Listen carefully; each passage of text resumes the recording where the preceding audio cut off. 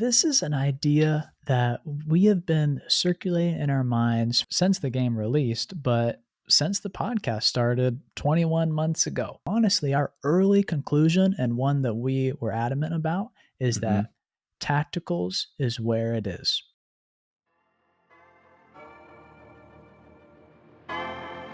Oh no, there's another squad attacking.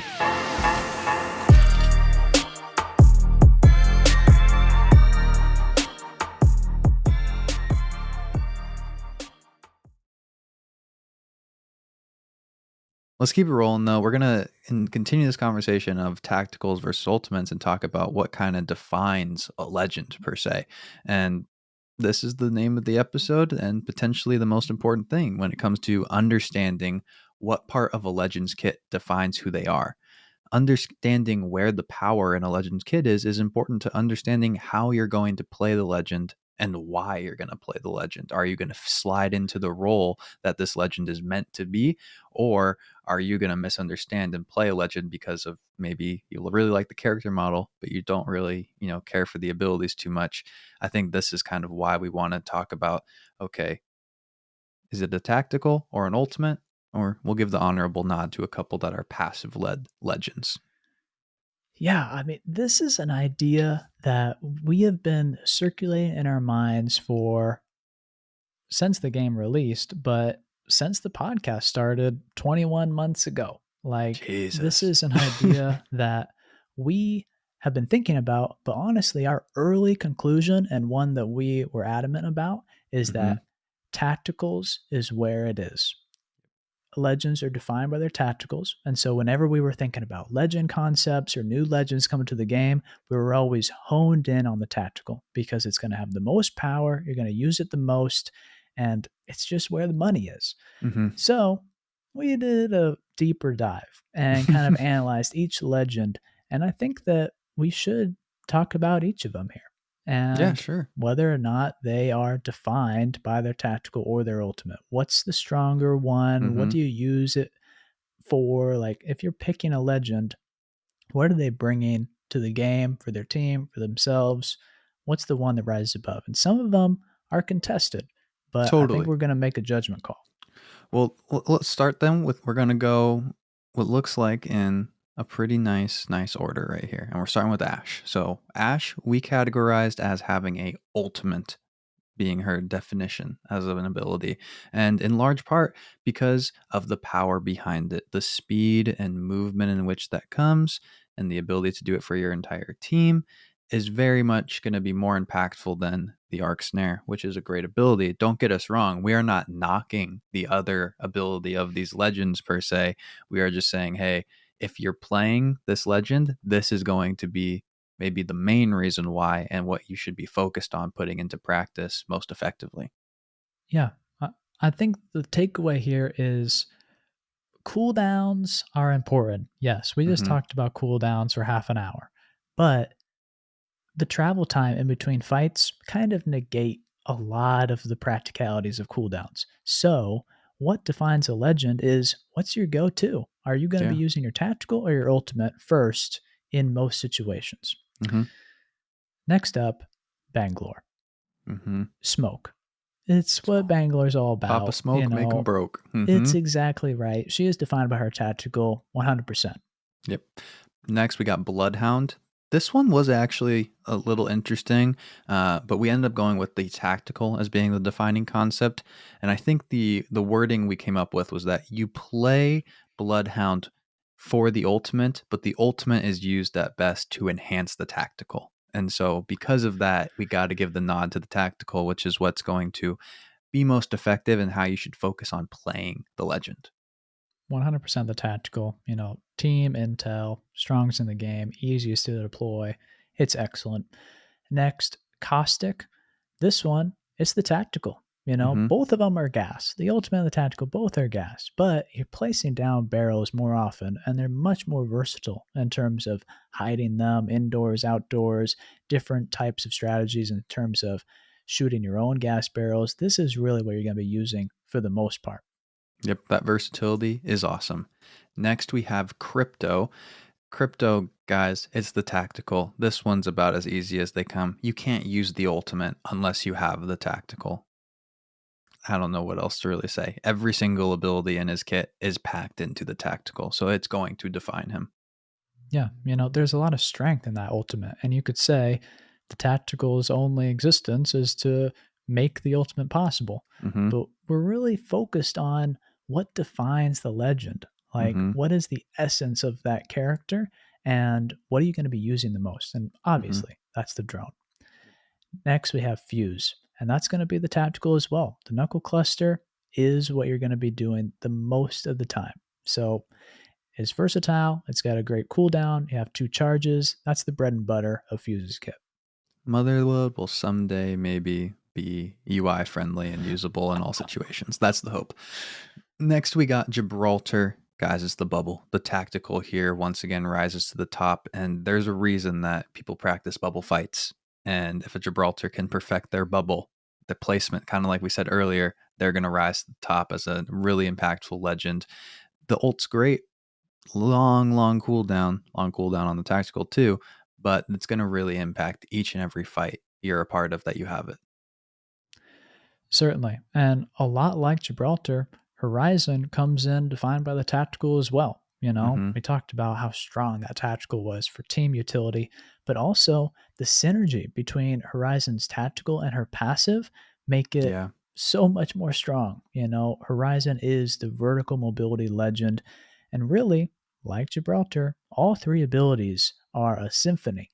You can Mm-hmm. use them all so well together. And that's really what I like in Legends, when everything can work together in a great flurry of abilities.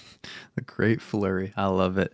Next, we have Lifeline. Lifeline is our first legend that we actually have categorized as defined by the passive.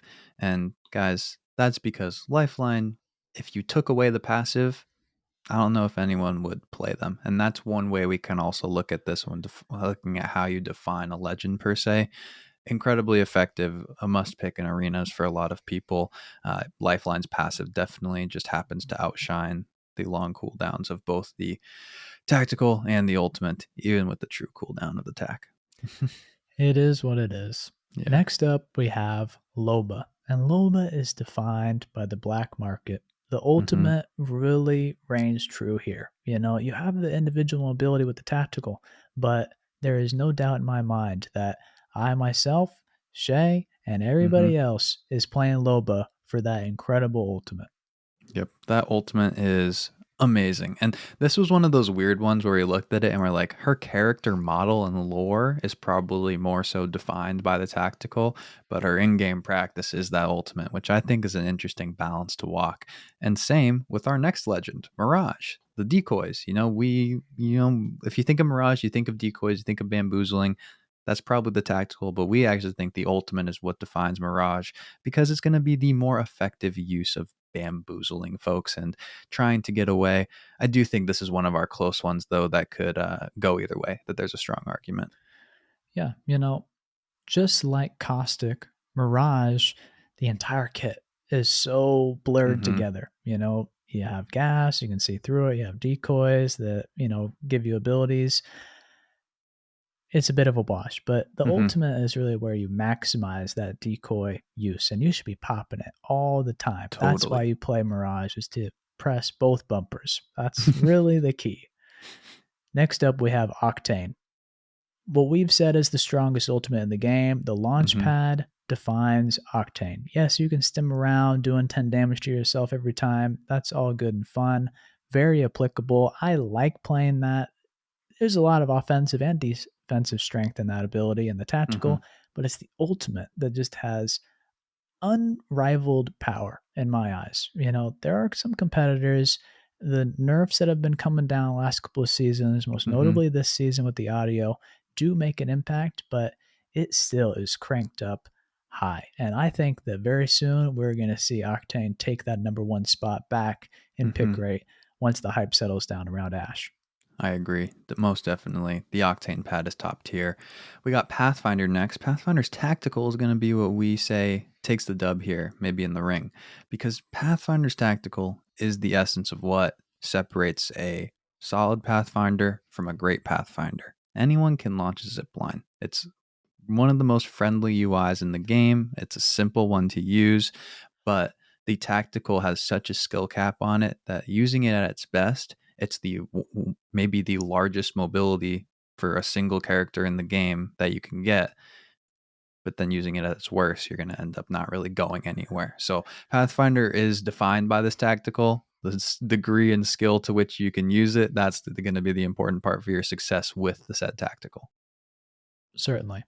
Next, we have my girl, Rampart. She's Ooh. defined by that tactical. The amped cover is really where she shines. I wish Mm-hmm. more people would use the ultimate. It has strengths, but at the same time, it has weaknesses. The amped cover, when used really effectively, give Rampart and her entire team a serious base of fire. That is essentially why you're playing her kit.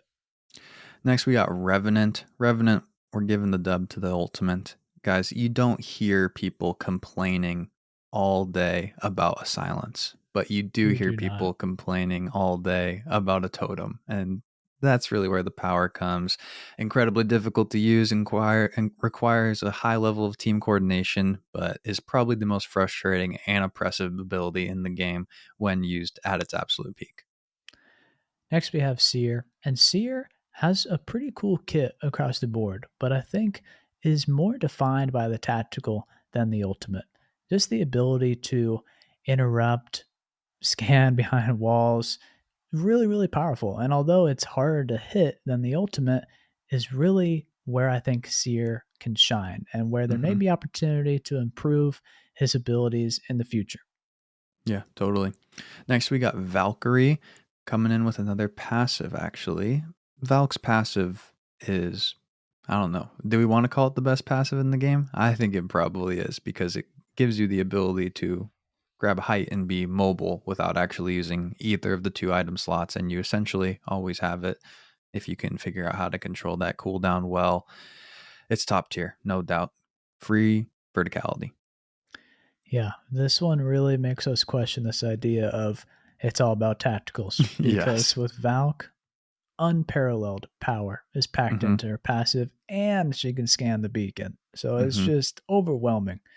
Next, we have WATTSON. And WATTSON is defined by her ultimate. The Mm-hmm. ability to deny different ultimates and ordnance is key. And in its current state, being able to recharge shields and amplify her tactical abilities, it's really, really solid. You play WATTSON in order to place the ultimate, not to dink around with fences.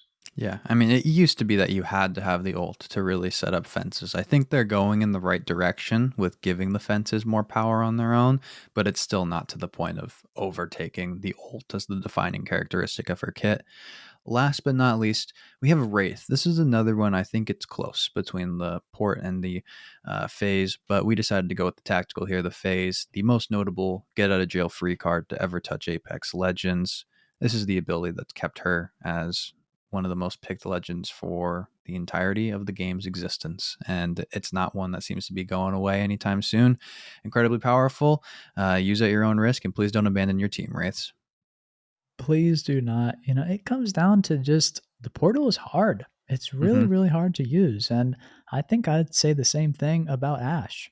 And so when you're playing Wraith, you're going to be using the tactical way, way more. And you're going to have a lot more success using the tactical than I think you're going to have overwhelming success with the ultimate. Yeah. Some interesting numbers in our opinion as well. So obviously, like subject to your own opinion, but if you've been following along, this puts the count at 11 legends being defined by their tacticals, which is 58% of the legends, 6 defined by their ultimates, 32%, and 2 defined by their passives, 10%. I think it's interesting to look at it from that perspective. And, our hunch was, I think, leaning correct. 58. We're over 50% there, but maybe not as skewed as we thought it may be. Yeah, it's clear that there's a lot of power and Hmm. fun packed into the tacticals, but we're seeing as the seasons progress, as new legends come in, and as buffs come down as well, ultimates and passives are very important. They're not just, that rare thing you get in the end game, and they're not that, useless passive that you never even think about. In some cases, both can completely define how you use them in a fight, in actually when it counts. And that's what it's all about. Boom! Whole squad down. Hey, brother, not today. Maybe tomorrow.